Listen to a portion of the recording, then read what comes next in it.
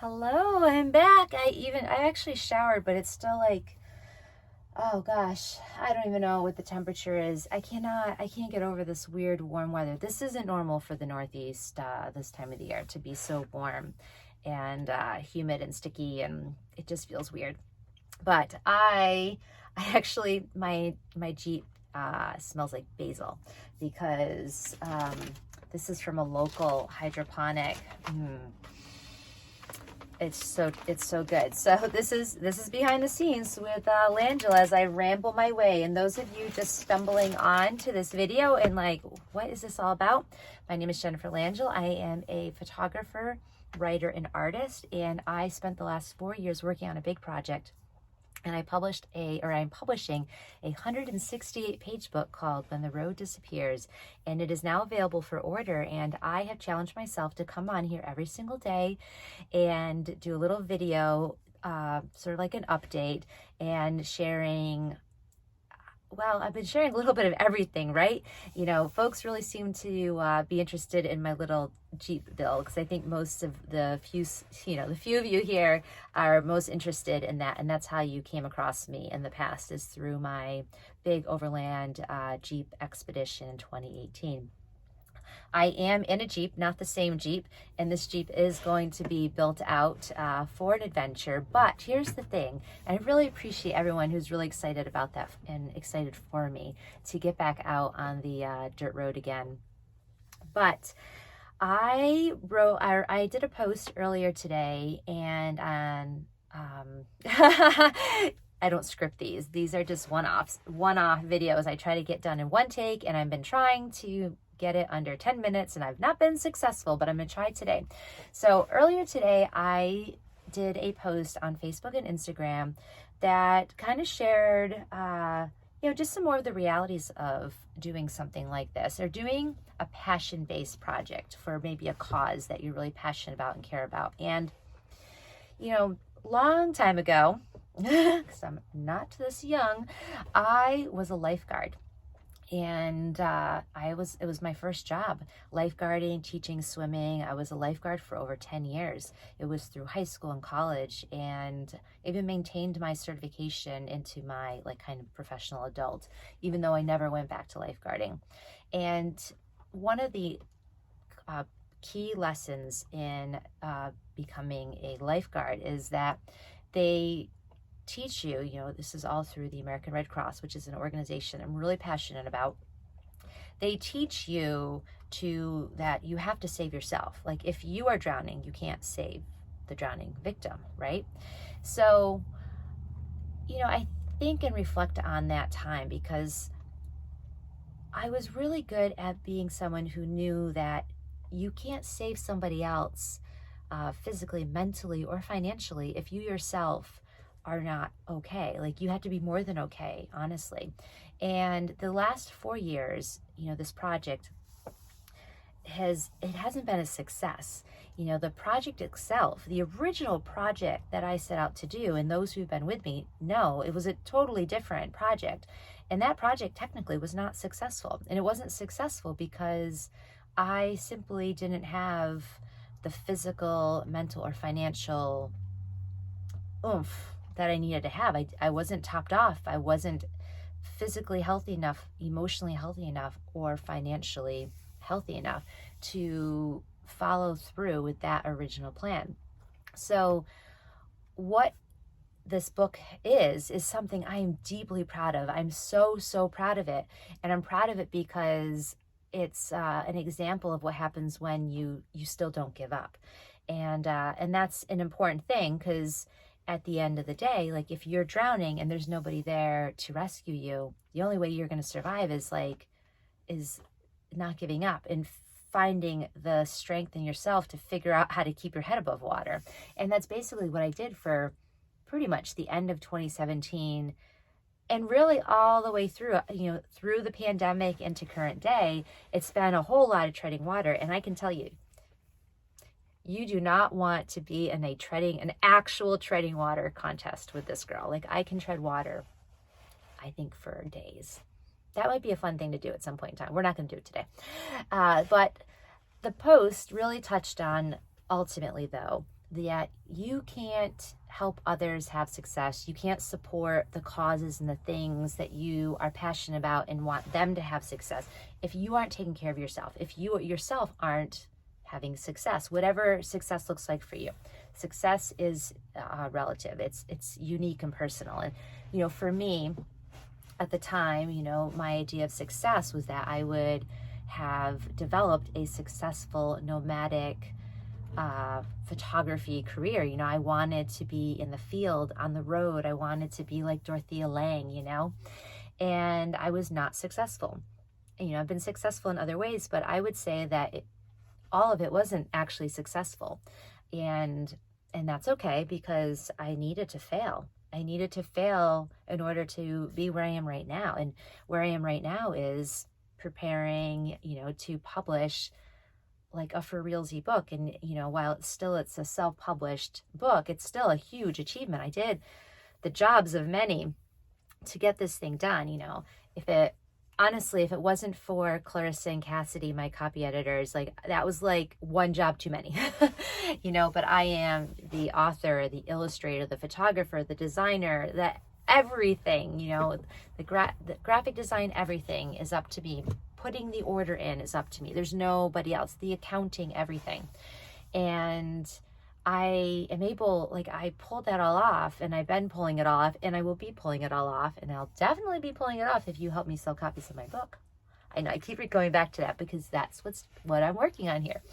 So back to the moral of the story is that, you know, the huge lesson in failing at my project is that I really had to lean into my self-worth and my self-value. And so I think what I'd like, you know, today's little update behind the scenes to be is that those of you who have followed or have stumbled on me as a person and my project, my channel, a social media, my website, anything, you know, bear in mind that what you see out there is not necessarily somebody being successful. They're just, you know, kind of, it's like there's also the fake it till you make it kind of component too. But you know, bear in mind that there is a possibility that they're just someone who is just trying to put their best foot out there because they're surviving. And, you know, bear that in mind, you know, as you see people working on projects that are passion projects, or somebody who's donating their time to help somebody else be successful. And take a moment, because I, for one, these last few years, you know, and thanks to some really amazing humans who have invested because they could. They were physically, emotionally, and financially able to invest into me. And them investing into me helped me recognize my own self-value.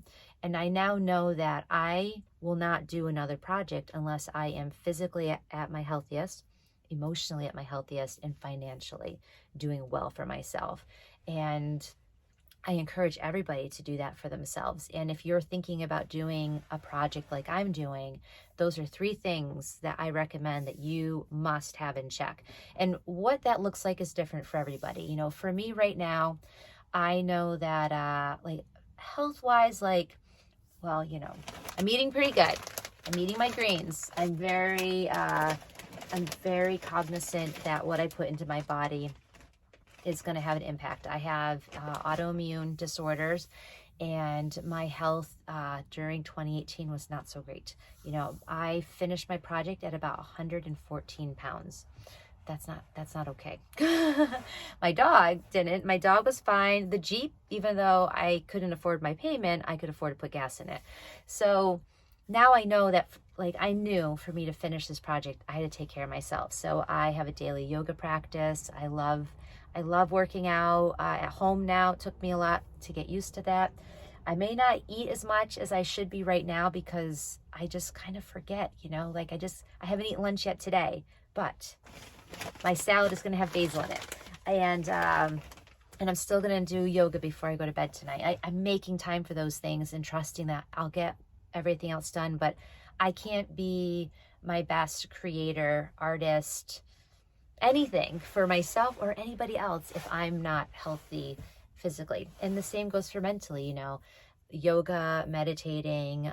Every morning I journal. These are things that help me. In the evenings, I often just do watercolor, pen, ink, sketching, just doodles, but they really bring my mind into a restful place before I go to sleep, so that my mind is healthier, because that is helping me follow through these updates on YouTube. It's helping me nurture, all the things that one has to nurture when they're self-publishing a book. And then financially, I have invested a lot into myself. I was in design school earlier this year. I've taken so many editing and writing courses, thinking about what my future is going to be. So with all that said and done, I hope that, whatever I do next, I'm going to be successful. I'm not just going to achieve a goal or reach a accomplishment benchmark. I'm going to be successful, and I'm going to be so successful that I will be able to be generous, because, that's important to me. But I also think, the more people we have who are able to be generous with their skills, their knowledge, their time, their energy, their compassion, their empathy, and their finances, we need more of those people. But nobody can make us be that for the most part. I know there's exceptions out there, but we have to make that for ourselves. And so I'm really focusing on making that for myself. But here's my little strong caveat. And of course it comes back to my book, but it also has to do with this platform right here. There's only a couple of you, but it's the number one thing I'm asked to do. The number one thing that I'm asked to come back to doing is YouTube.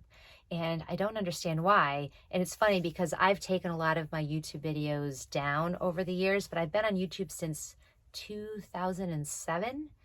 And it started with sailing and videos about sailing events. And then I did snow reporting. If you dig deep into Mad River Glen, you'll find my snow reports. If you dig deep into sailing, you'll find videos. But I've taken all that stuff down. And then many of you know of me from a channel that I was on. I have no affiliation with that YouTube channel anymore. And then, I've used this platform to help communicate. So I love YouTube, but the reason why I don't do it is because of the amount of time it takes. The physical energy of collecting footage. This is why these updates are one takes, and in my Jeep Studio, because the sound is actually pretty good. And I am editing everything. This is an iPhone 12 Pro Max, and I edit it in Adobe Premiere Express or something like that. And I try to keep it quick and efficient so that I spend no more than 1 hour working on all of this. And I've got, my thumbnail templated, and I've got the description and everything situated, because it just takes time. And I still have to write a blog post, and I'm still doing proofs for my book, and I have to do outreach, and there's emails to answer, and I still need to walk the dogs. I still need to eat and take care of myself. So if you would like me to make YouTube a part of my business plan in the future, not to necessarily mean to make money off of YouTube, but to actually justify the time of creating this kind of content and actually go from being a channel that might actually entertain you versus just using it as a way to communicate information, then I have to have this. My book sales have to be successful. I have this part of the project has to be successful. The past, I wouldn't say it's been successful, but this part of trying to put as many copies of my book out into the world has to be successful, because it determines what I get to do next in many ways. I have a few options, and I have lots of options. And I have an option that if I don't reach my goal, despite all the best efforts, like doing all of this, writing, social media, emails, I have an option that I will take if I find that I'm not able to be successful at this. Because for me, it's like, okay, I gave it my best. I gave it everything I got, and I don't have the energy. Like, I feel depleted, and I never want to feel that way again. I don't want to feel unhealthy, and I don't wish for anyone else to feel that way. So if I can't do it right, then I'm not going to do that one thing at all, and I'm going to lean into that which tops me off with my physical health, my mental health, and my financial health, because I want to be generous. And if it means that I have to maybe course correct so that I can make a good living and take care of myself, and then instead of working on these projects, maybe I'm investing into other artists who are, and I'm okay with that. I want to see everyone be successful, and I believe that when we are supporting the success of others, we all rise to the top. But that only works if when we give that support and we are in a good place, because then that energy is like fertilizer, and it helps things that are good grow, and it brings more joy into our life and the lives of others. So speaking on that, maybe 15 minutes. It's going to be a 15-minute show here. I have food for the dogs. I have food for me. I'm going to go have lunch. And just a reminder, you can order a copy. I have 2 editions. I have a collector's edition and a fancy artist edition. When you buy the fancy artist edition, you're really, really investing into my future and my ability to be successful on a whole. And that means a great deal. And if you have any questions, pop them down in the comments. And there might be, there'll be a blog post associated to this too. So just see all the good stuff down in the description, as well as other links that I think you might find useful. But thank you for being here, and please do all that liking and subscribing and that sharing. And if you think there's somebody out there that might benefit or might like to have a copy of my book, please share this with them. Thank you so much. All the information is on my website at jenniferlangel.com. Cheers.